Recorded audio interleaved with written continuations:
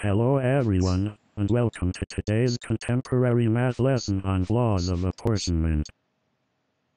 So one rule that we always have when dealing with apportionment is that an apportionment for every group under consideration should always be either the upper quota or the lower quota.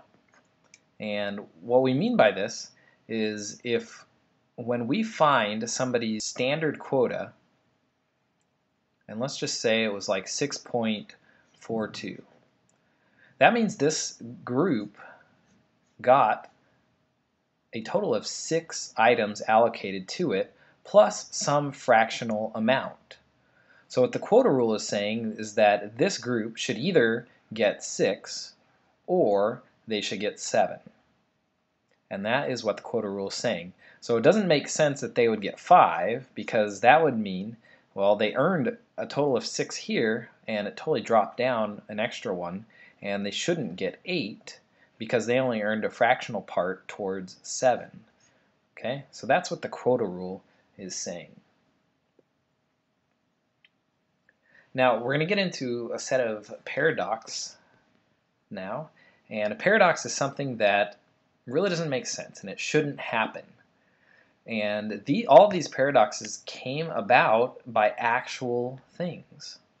So the Alabama paradox occurs when an increase in the total number of items to be apportioned results in a loss of an item for the group. So basically what this is saying is there is more to go around, therefore you should get more.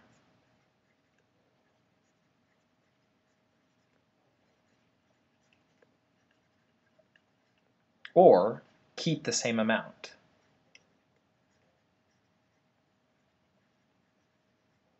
And I think that makes sense to us. Okay, so if there were more things to be given out, you shouldn't get less than what you had gotten when there were fewer things. So let's do an example now showing that Alabama paradox. So a large company with branches in 3 cities must distribute 30 cell phones to the 3 offices. And the cell phones are going to be apportioned based on the number of employees in each office. Okay, and so when we do this problem, let's go ahead and apportion the 30 cell phones. Okay, so we have 3 branches totaling 900 people in the office. So remember, we always want to find our standard divisor, which is going to be 900 divided by 30, which in this case is 30. So what that means is we're going to have to divide each one of these by 30.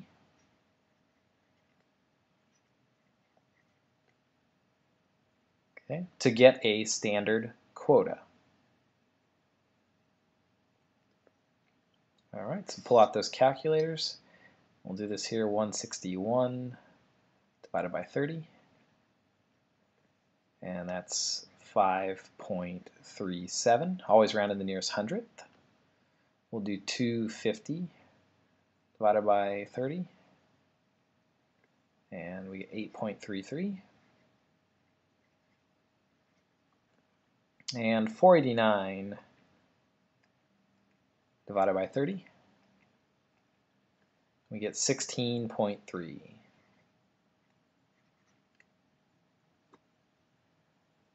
Okay. Now you'll notice here that we're trying to find Hamilton's apportionment. So we are going to use the lower quota, which in a sense means we're just going to chop these guys off, chop off all the fractions, and the lower quota here would be 5, 8, and 16. Then we go ahead and find our total here. So 5 plus 8 plus 16 equals a total of 29. So we have one extra cell phone to give away. So who do we give that extra cell phone away? Well, whoever earned the highest fractional part of a cell phone. So here they earned 0.37, here 0.33, here 0.3. So the highest fractional part is right here, meaning we're going to add one cell phone to this group's lower quota.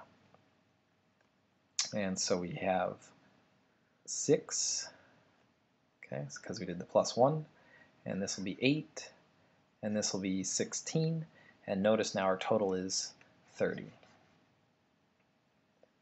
Okay, so that was the original apportionment. Now, for the Alabama paradox to occur, there are going to be more items to allocate now. So let's just assume that this company now is going to give out 31 cell phones. So find the new apportionment if the number of cell phones increases from 30 up to 31. Well, we're going to have to redo this problem. Notice everybody's population is still the same, and there were a total of 900. So our standard divisor is 900 divided by 31. In this case, not so nice. We'll probably need a calculator for this one. So we got 900 divided by 31. We're going to round this to the nearest hundredth. So it's going to be 29.03.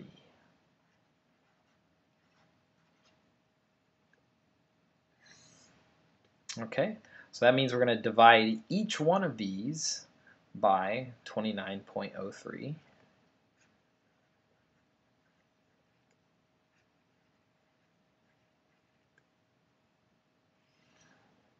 Okay, so 161 divided by 29.03.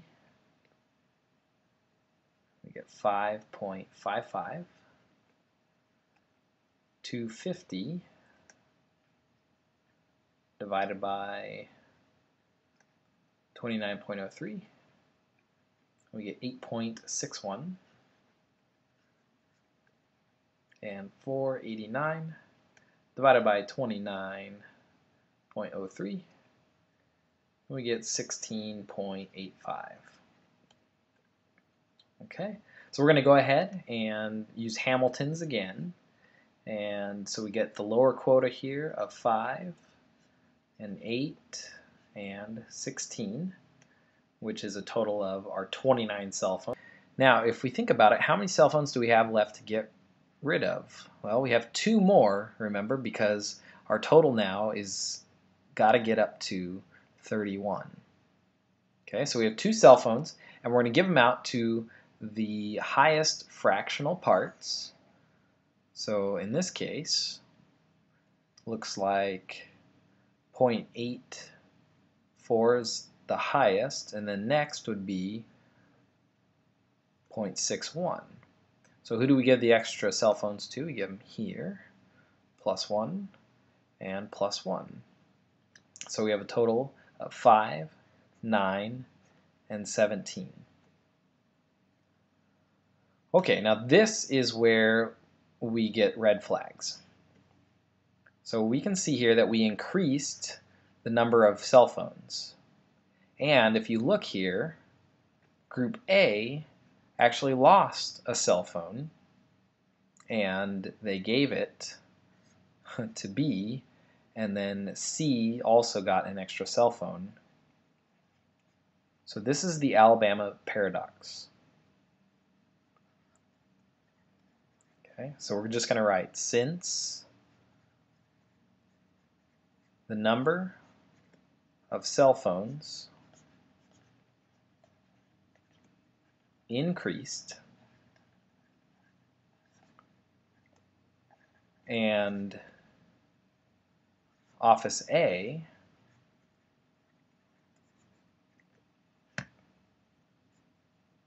loses a cell phone,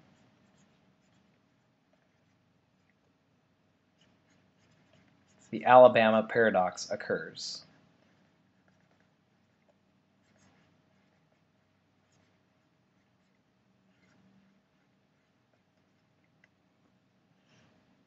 Okay, so it's all right here. It's where the Alabama paradox is occurring.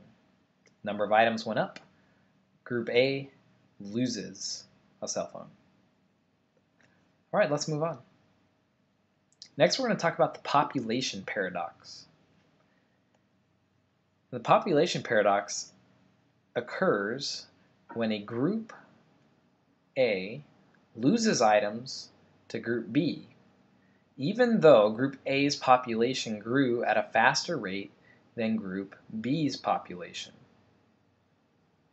Okay, so the way the population paradox works, this would work over time. And we know that the United States, every 10 years we take a census, and then we redo apportionment based on that census. So if a Group A actually loses allocated items to Group B, even though its rate of population was growing faster, that is the population paradox. So an equation we're going to need is percent increase is the new population minus the old population over the old population times 100. So we're going to use this here when we're comparing the rates of the two groups. All right, so let's give one of these examples a try.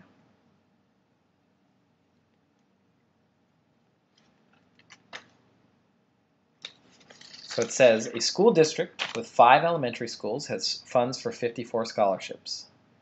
First thing we want to do is find the percent increase for each school's population from 2003 to 2005. Okay, so in Group A, if we look here, they're going from 733 to 733. So the old population, or the new population, minus the old population over the old population is going to be 0%.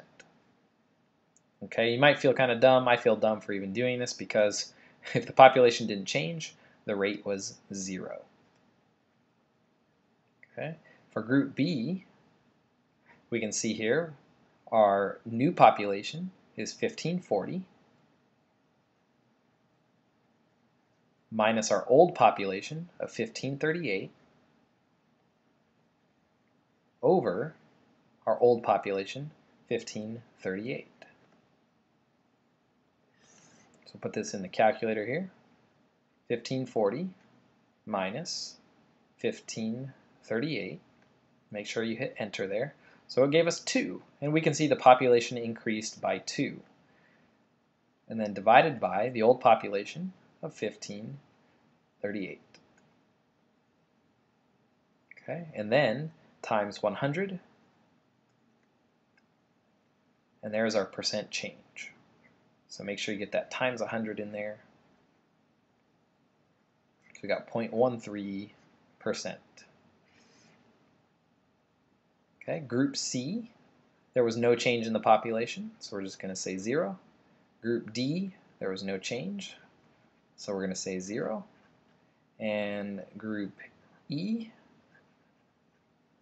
now this one there was a change, so it's new 1111 minus old 1063 over old, which is 1063. We'll try that there.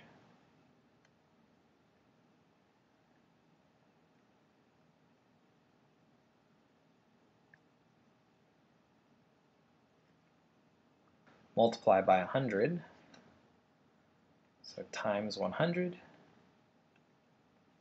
equals 4.5%. Okay, so clearly E had the largest growth in population over B over A, C, and D. Okay, so let's go ahead and find the apportionment here in 2003.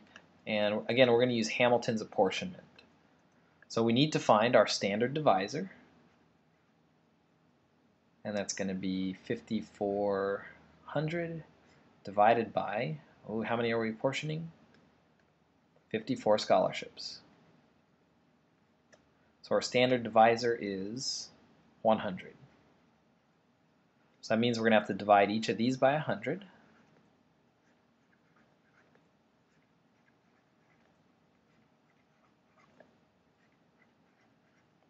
Okay, which means we just move the decimal place 2 to the left. So we get 7.33, 15.38, 9.33, 11.33, and 10.63. We give the lower quota, so 7, 15, 9, 11, and 10. We add up our total here. So 7 plus 15 plus 9 plus 11 plus 10. And that only adds up to be 52. So we have 2 more scholarships that we need to get rid of. And we're going to give them to the highest fractions. So it looks like 0.63 and 0.38. Okay, so we're going to give 1 away here and 1 away here. So we have 7, 16, 9, 11, and 11, and that's our 54 scholarships. Okay, so then in 2005, we're going to reapportion our 54 scholarships. So you can see based on the population increases that now we're up to 5450. So we are going to have to find our new standard divisor. So we're going to take 5450 divided by our 54.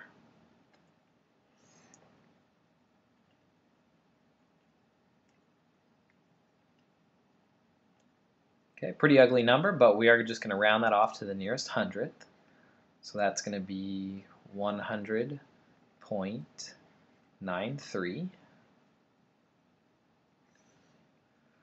So to find our standard quota, let's divide by 100.93.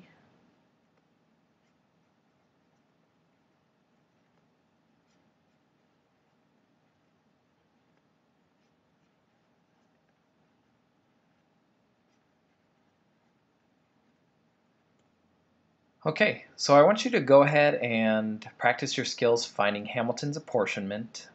Okay, go ahead and divide these out, drop off the fractions, find the total amount, figure out how many you still have to give away, and give them to the highest fractions, and then write out Hamilton's apportionment, and then we'll come on back and talk about what happened here.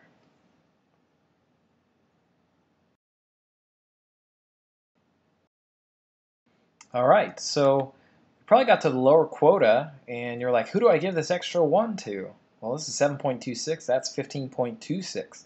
So in this case, 100th place was not enough, so let's go out a little bit further. Let's do 733 divided by the 100.93 again. And it's 7.262. Let's go ahead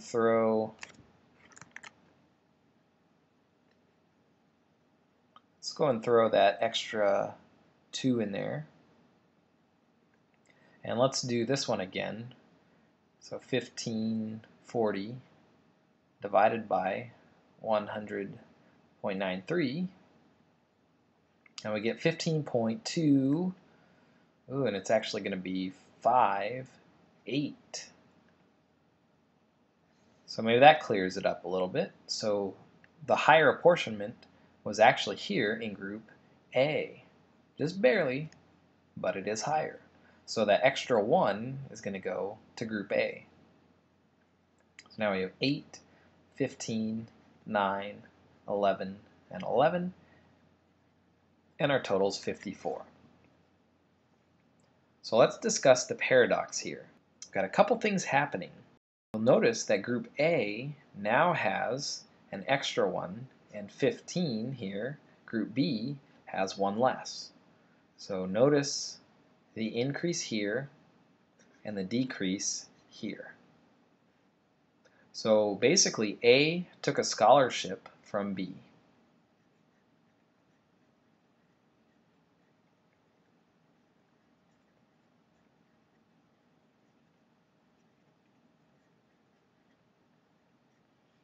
Now that in itself is not the paradox, because we reapportion things based on population. Here's where the paradox comes in. Let's go ahead and look at the populations. So A had a 0% increase, and yet B had a 0.13% increase. So that's the paradox. A took a scholarship from B, but B had a faster growing population.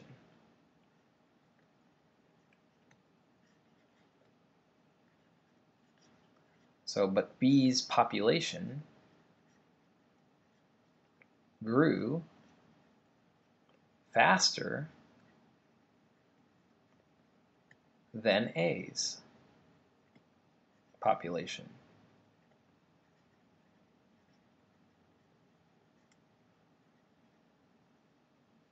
Therefore, the population paradox is produced.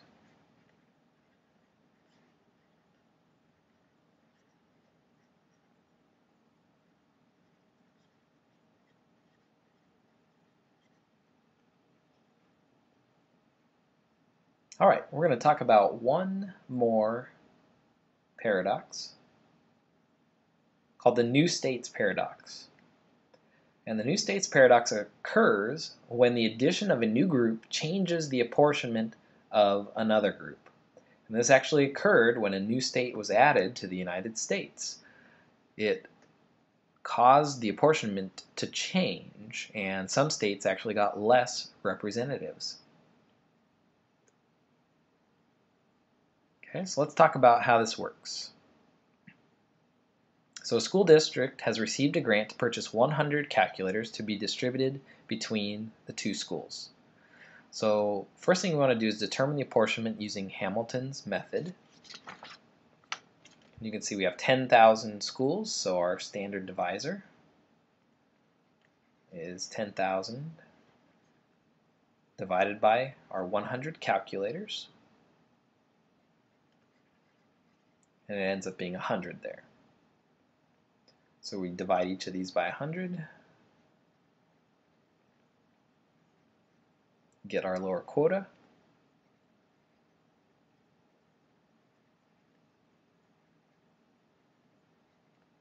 find out how many we've given away. It's 99, we have one left. The 1 goes to the highest bidder. Well, the highest fraction is right here, so plus 1.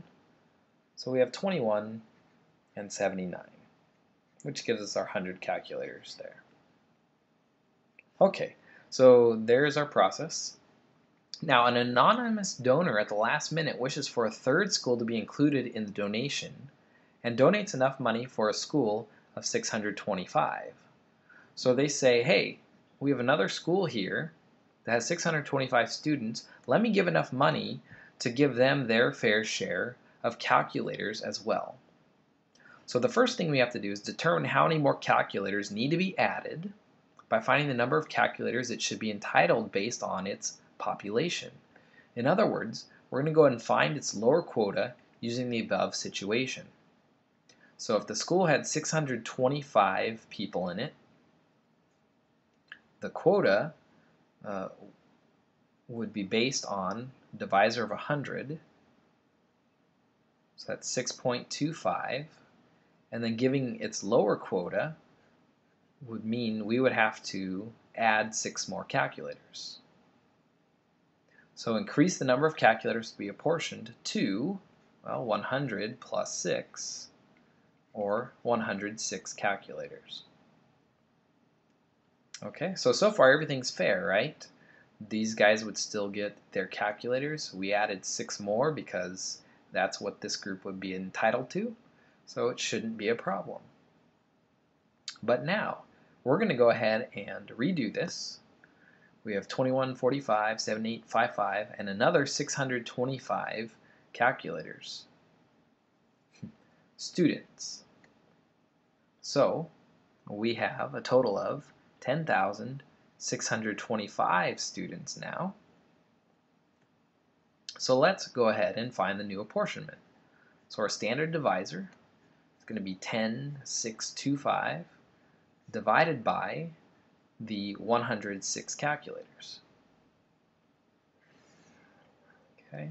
Sorry these always get messy, just the nature of the beast. So 10,625 divided by 106, and we get 100.24 if we're rounding to the nearest hundredth. Okay, so we're actually going to divide each of these by 100.24.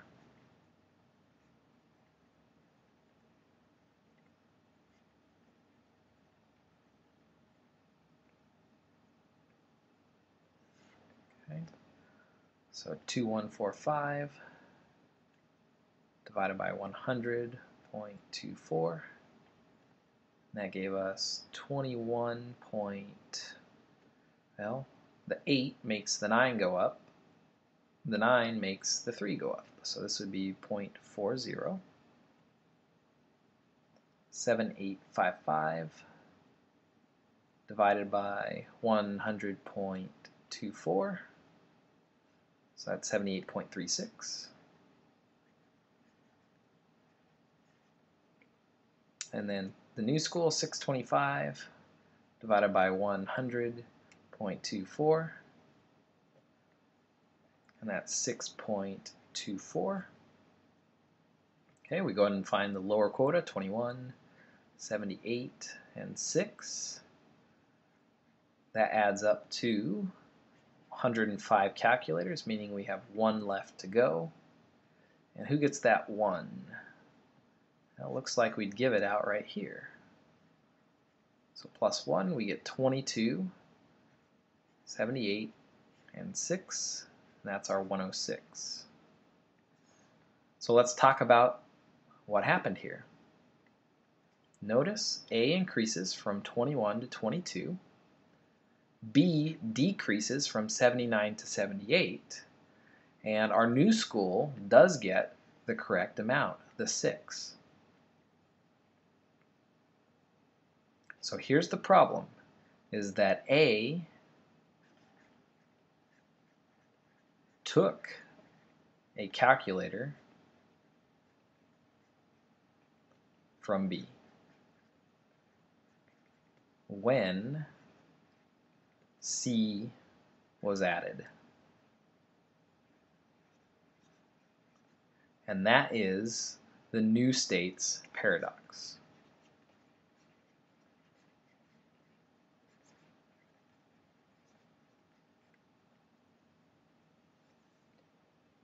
Okay, so let's sum all this up. Belinsky and Young did a lot of mathematical research, and they came up with this theorem that there is no perfect apportionment method that satisfies the quota rule and avoids any paradoxes. So let's take a look at what we mean by that. And this is a good summary here. So it pits the apportionment methods next to the rules. So the quota rule would never be violated by Hamilton's apportionment. Just that's the way it works. But Jefferson, Adams, and Webster's could violate that quota rule. But Hamilton's method has the problem because it could produce the Alabama paradox, the population paradox, as well as the new states paradox.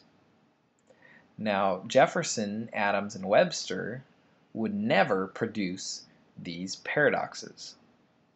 So you can see there's no perfect way to apportion these methods that will always satisfy the quota rule and will never produce any of the paradoxes.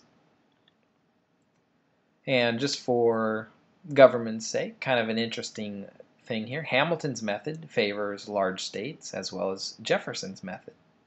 And Adams and Webster's method both favor small states.